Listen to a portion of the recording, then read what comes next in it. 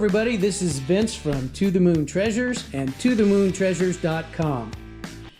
This is our inaugural YouTube video, and our goal is to buy and sell treasures to fund our future immersive exhibit that will feature great people, places, and inventions from Colorado, including our half-scale space shuttle exhibit that you can see at DreamsOverTheRockies.com. Join us each week on a new adventure for searching for treasure.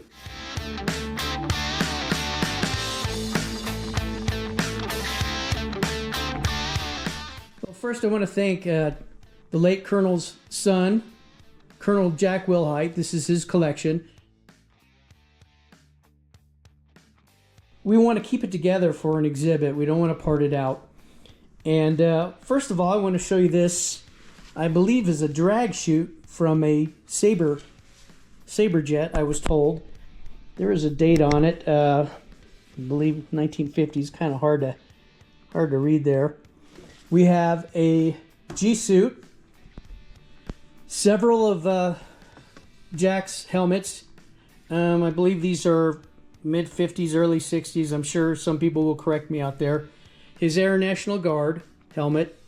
And these are pretty cool. You just pop it up like that and it snaps down, and yeah, of course that had to happen, but that'll pop right back in. We've got some of his hats as a colonel, lieutenant colonel, and major. And I believe this here is probably a training helmet, like a recruit helmet or something like that. An early Air Force hat with his name in there. And so here we have some of his uniforms, a flight uniform, the F-100 Super Sabre jet, and his squadron, the 120th Tactical out of Buckley, I believe, here in Colorado. 140th Tactical Fighter Wing, and his flight suit, and a flight jacket from the Air National Guard where he flew the A-7 Corsairs with his Colonel wings on there.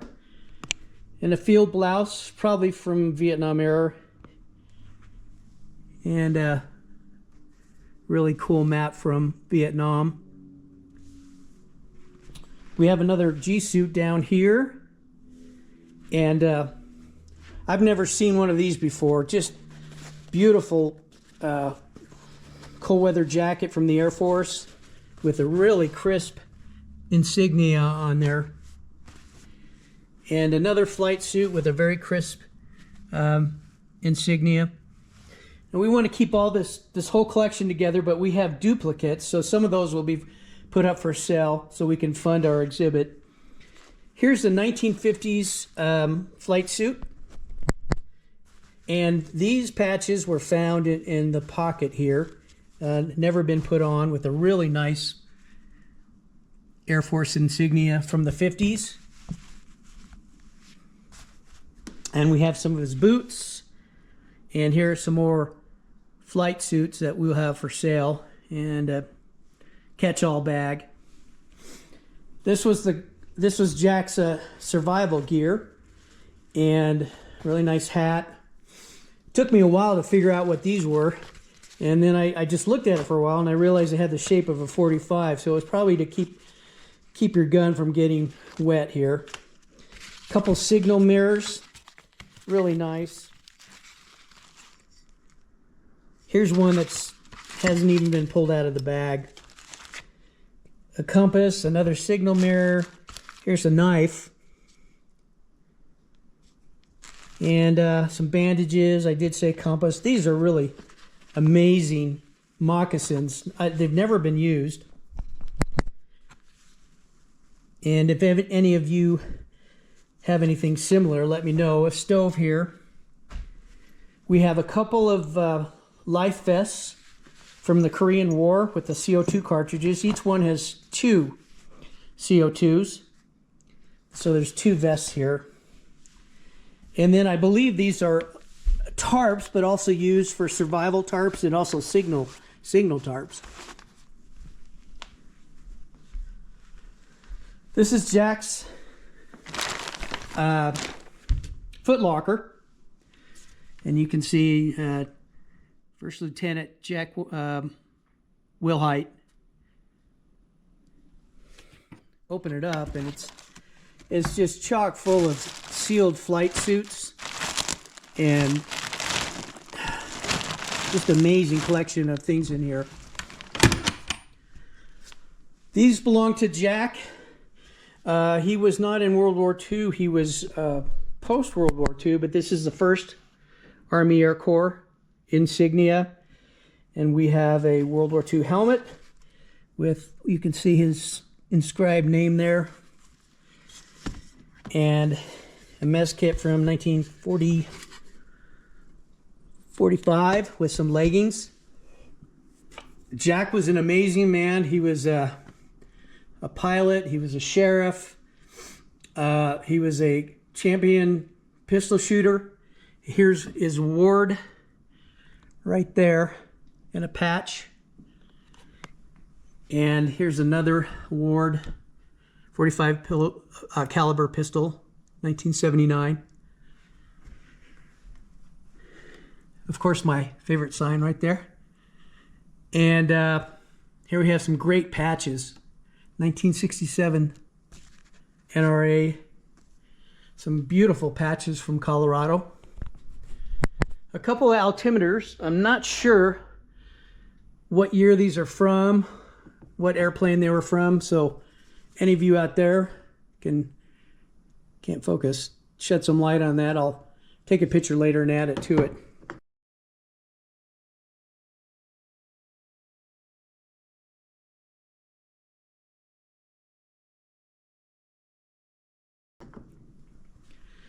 We have some mint in the packages.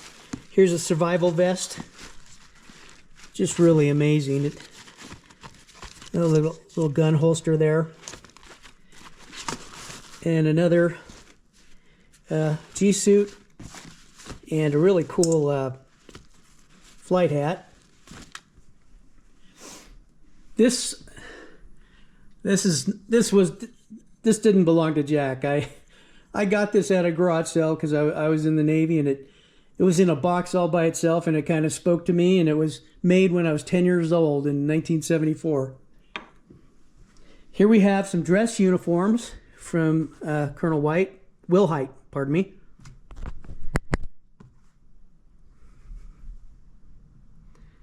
And another dress uniform, working uniform.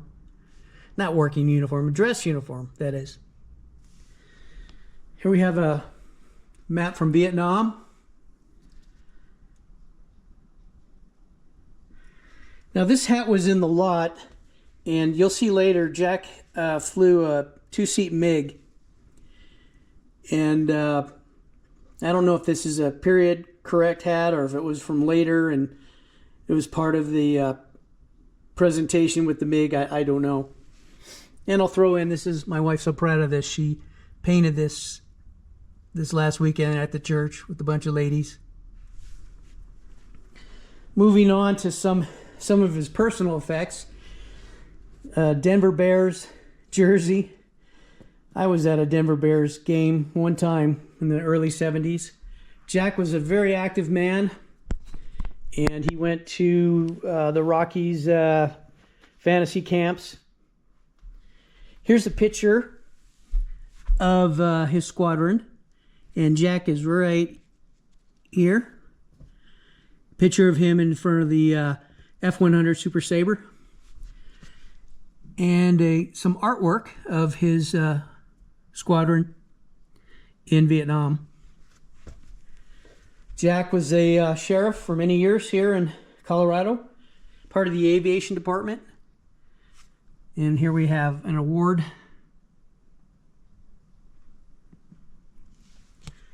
Here's a picture of Jack's MiG. And I'm just a casual pilot, commercial license, but I'd never get in that thing. So, a lot of courage to get in that thing.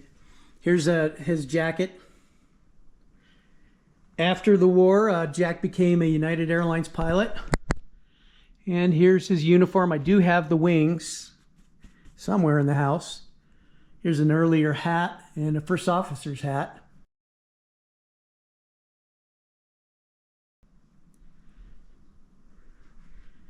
And then we have his flight manual. You can see from United Airlines, but this is actually an F100 manual, this Super Sabre. Here's an F5 model, the picture. And here's some things from Jack's collection, as he flew a it looks like a 707, but that says a 720. Some patches and some beautiful artwork from United Airlines. I did miss this World War II jacket. I believe they spent some time in Iowa with the Guard. And so this one has writing on it. And we have one that doesn't have writing on it. We're going to let one go to help fund our exhibit here. Some really interesting air show posters. These are thick cardboard, and if you notice, these are pictures of the F4 Phantom. And both services stopped using them about 72, 73, so these are quite old, 50 years. And there's some signatures on this as well. And we have some giant decals from the Air National Guard and the 140th Tactical Fighter Wing. Moving on here, we have a collection of flight goggles. This is a mint in the package headset. Not sure if it's military or just civilian. Some of you may know. And here we have leather goggles. We'll be keeping probably one set of, and then making available the others. A reunion doodad with some great vintage patches. I'll have to look those up. I'll annotate here what squadrons those were, but here's the 140th Tactical, the Colorado Air National Guard, with the picture of his A7 he flew as in the Air National Guard. Some World War II patches. I believe this one is the Flying Tigers. Jack was also a member of the FBI, which is totally amazing before his career in flying. So we have his whole dossier, I guess, his personal information, being an FBI agent. And then we have a checklist here of the A7 with his name on it. And then we have an amazing collection of manuals from the F100 to the F86 Sabre to the A7s. Just some really, well, let me find some interesting illustrations. So we're keeping a few, but a majority of them are going to get sold to fund the exhibit. Here's the F86 Sabre. I love that jet. Flew in Korea. As you can see, we have more. Whole box of patches. These are boxes filled with manuals. And just to note, this is a picture of my wife's great-great-grandfather hunting horse. His name was Sitok, and he was a scout for Custer. And we're going to do an episode on Native American artifacts, and we're going to talk to a guy here locally and try to buy some artifacts from him. And he knew, I met him at a garage sale. He actually knew, he knew of him. So before my battery cut out here, due to heating of the camera, which I didn't know that it did. Anyway, back to it. This is the end of it, but got to show you one more thing. So we head out into the messy garage where the wife wants to park the car. Is our, we believe it's a Sabre, F86 Sabre jet canopy. It has the same profile. It's a little different on the end. It does have an antenna that's quite close to what I've seen in pictures of the F86. But that's it. Kind of the cherry on the top. So anyway, thank you for being with us on our first video, and appreciate your comments. and we'll see you on the flip side.